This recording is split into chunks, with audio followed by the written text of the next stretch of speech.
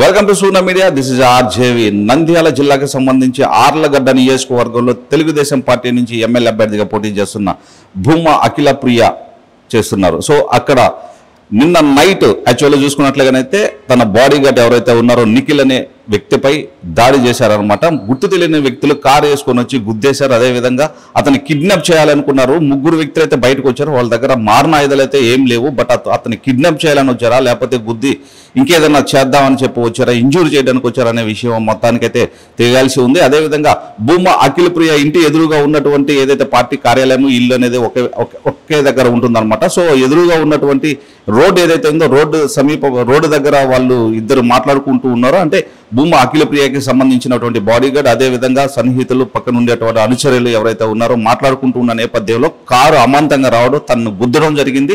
అదేవిధంగా గుద్దేసిన తర్వాత అతను కొంచెం దూరంలో పడిపోవడం జరిగింది అనమాట, చూస్తున్న విజువల్స్ లో.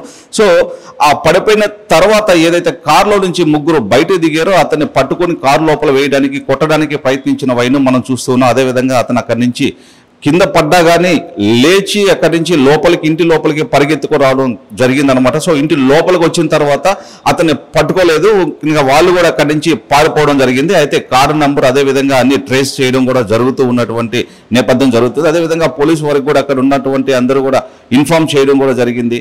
సో వాళ్ళు ఎవరు, అసలు ఎందుకు వచ్చారు, గుర్తు తెలియని వల్ల అక్కడే ఉన్నటువంటి అన్ని విషయాలు కూడా ఇంకా బయటకు రావాల్సినటువంటి పరిస్థితి కనిపిస్తూ ఉంది. అదేవిధంగా మనం చూసుకున్నట్లయితే ఆళ్లగడ్డకు సంబంధించి చాలా వైరల్ గా మారుతూ ఉంది. ఒక వార్త అయితే మనకి వచ్చిందనమాట. వెంటనే ఆళ్లగడ్డ తెలుగుదేశం పార్టీ అభ్యర్థి భూమా అఖిల ప్రియ అనుచరుడు అర్ధరాత్రిపై దాడి జరిగింది, తీవ్రంగా గాయపడ్డారు, అదేవిధంగా తల కూడా పగిలిపోయింది. ఇది వేరే ఇన్సిడెంట్ అంట. వేరే ఇంకొకరి పైన, అంటే తెలుగుదేశం పార్టీకి సంబంధించిన ఒక అభ్యర్థి పైన కూడా అనుచరులు అనమాట వాళ్ళు. సో అతని మీద కూడా దాడి చేయడం జరిగింది అనమాట. సో అతనికి ఎక్కువ బ్లీడ్ అయిపోయింది, తలంతా పగిలిపోయింది. అతని నంద్యాల హాస్పిటల్కి షిఫ్ట్ చేశారు. అదేవిధంగా షిఫ్ట్ చేసిన తర్వాత భూమా అఖిల ప్రియ కూడా అతన్ని చూడడానికి, పరామర్శించడానికి నంద్యాల హాస్పిటల్కి వెళ్ళేదానికి సిద్ధమయ్యారనమాట. సో అక్కడికి వెళ్తున్నారు వాళ్ళు కూడాను. సో అదేవిధంగా మనం చూసుకున్నట్లుగానైతే నంద్యాల జిల్లాలో ఆర్లగడ్డలో ఇంతటి ఘటన ఎందుకు జరిగింది, అసలు ఎవరు చేశారు, ఎందుకు ఈ విధంగా జరుగుతుంది, అన్ని విషయాలు కూడా పోలీసు వారు స్వీకరిస్తూ ఉన్నారన్నమాట. వీళ్ళు ఇచ్చిన కంప్లైంట్ మేరకు పోలీసు వారు అంతా కూడా ఎవరు, అసలు ఆ కార్ నెంబర్ ఏంటి, అసలు ఎక్కడి నుంచి వచ్చారు అనేటి పూర్తి వివరాలు కూడా వాళ్ళు స్వీకరిస్తున్నటువంటి నేపథ్యం మనం ఇప్పుడు చూస్తూ ఉన్నాం. మరి కాసేపట్లో కావచ్చు తర్వాత పోలీసు వారు కూడా వెల్లడించేటువంటి పరిస్థితి కూడా మనకు కనిపిస్తుంది. అంటే ఎవరు వచ్చారు, ఎందుకు దాడి చేయాల్సిన పరిస్థితి, పాత కక్షల లేకపోతే పార్టీకి సంబంధించిన గొడవలు అనేటి అన్ని విషయాలు కూడా క్లియర్గా మనం చూడొచ్చు. అంటే ఏదైతే పోలీసు వారు ఇచ్చేటువంటి సమాచారం ఉంటుందో దాన్ని బట్టి మనం తెలుసుకోవచ్చు.